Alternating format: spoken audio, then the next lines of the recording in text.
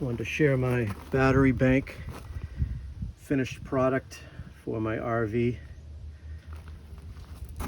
What I did is I took two 200 amp hour lithium iron phosphate batteries that had the capacity of 100 amp hour draw each, continuous.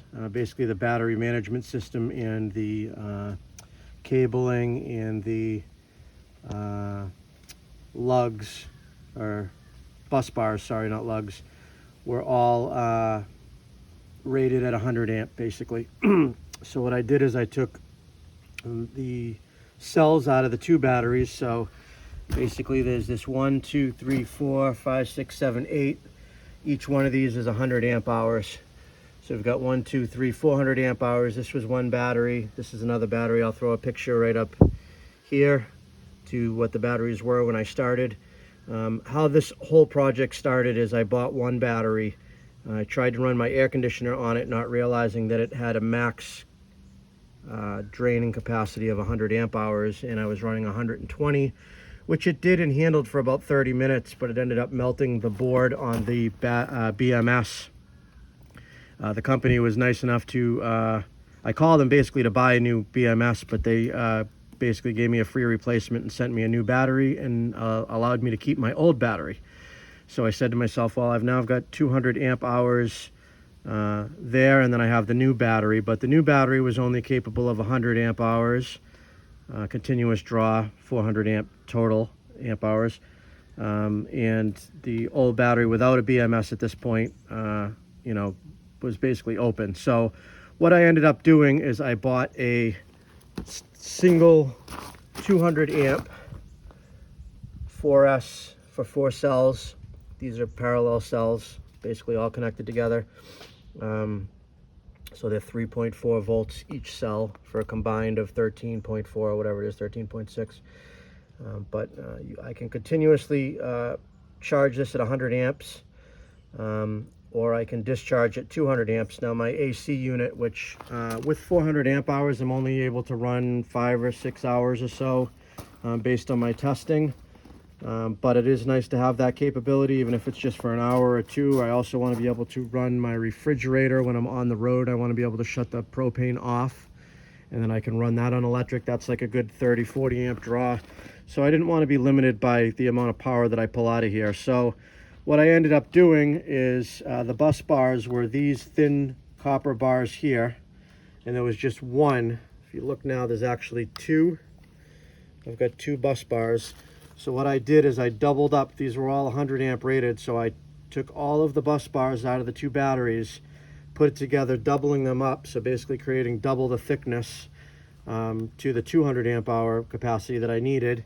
And then I bought some copper pipe and smashed it down, flattened it out, and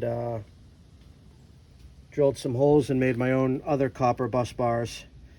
So basically what I have now is, you know, based on my calculations and the amount of material, plenty capable of handling 200 amp hours through any of these bus bars. These wires are 50 amps a piece. So all 4 wires combined together into a single lug. That's 100 amp. Each lug is 200 amps. Same thing over here. We've got the 4 going into our battery management system, and then coming out with a proper gauge here. So we are now completely capable of 200 amp draw continuous till the battery dies, which it's like 5-6 hours with 400 amp hours, but gives me that option. And what I did is built this I don't know, container or whatever you call it, just to house them all. I kind of left the areas open just to allow it to breathe. It's still compressing them and holding them tight together with the bars all the way around on the bottom too. We've got them glued and screwed together. And then I just put some Gorilla Tape over it just so when I'm sliding it on the carpet it doesn't catch any of the wood, just to protect it a little bit. Hooked up the battery management system, and we're ready to put it in the camper. What I did is I designed this to be the right size so I can mount it right in here a long ways. And then on the other side, I've got my inverter and my 500 amp fuse and my battery monitor for the negative terminal there. So basically I'm able to fit everything right in here, which is really nice because it keeps it, like I said, centrally located in the RV and as low as possible. Well, I guess I could have mounted it here, would have been a little lower, but this is kind of a weak bottom where that is actually a piece of plywood on steel, which was also a good surface to screw into for all the management on the wires and whatnot. So yeah, just wanted to share my system. I'm going to go ahead and drop this battery in now and hook it up. I've already had it hooked up and running without the battery management system just for a couple of days, which is fine. The cells aren't going to get that much out of whack in that small amount of time. But I checked all the voltages before I hooked this back up, and they were all almost identical. So it's within reason where this system, now that it's plugged in, can equalize all the cells no problem.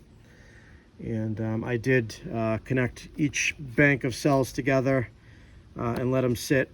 Actually, the whole battery I connected in parallel at 3 volts and let them sit for a couple of days just to equalize all the voltage before I even hooked this up. All stuff that I learned on YouTube. But yeah, so I got a 3,000 watt inverter over there, which allows me to run pretty much anything that I need to. It's also a switch that I have hooked up to one leg of my 50 amp circuit, so I can run the microwave, one of the air conditioners, all the plugs in the rig, and I got the refrigerator on. So those are the 4 circuits that I'm able to run. Obviously not all at the same time, but I could run any of those if I needed to on the inverter and on the battery power. And that is recharged through 400 amps of solar panels that I have on the roof. I don't think I've showed. Let's climb up here and show you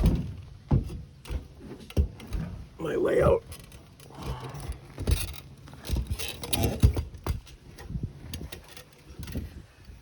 So there's my 4 100 watt solar panels, all mounted and wired in. Went right in through that vent right there on the side. Got it all nice and sealed up. So that's capable of providing about 20 amps of full sun of charging into the battery system, which is really nice. I also have this piece of tape here is for there's a temperature probe. I don't know if you can see it laying on the ground way in the back there. Right there on the carpet. There's a little temperature probe that my Renogy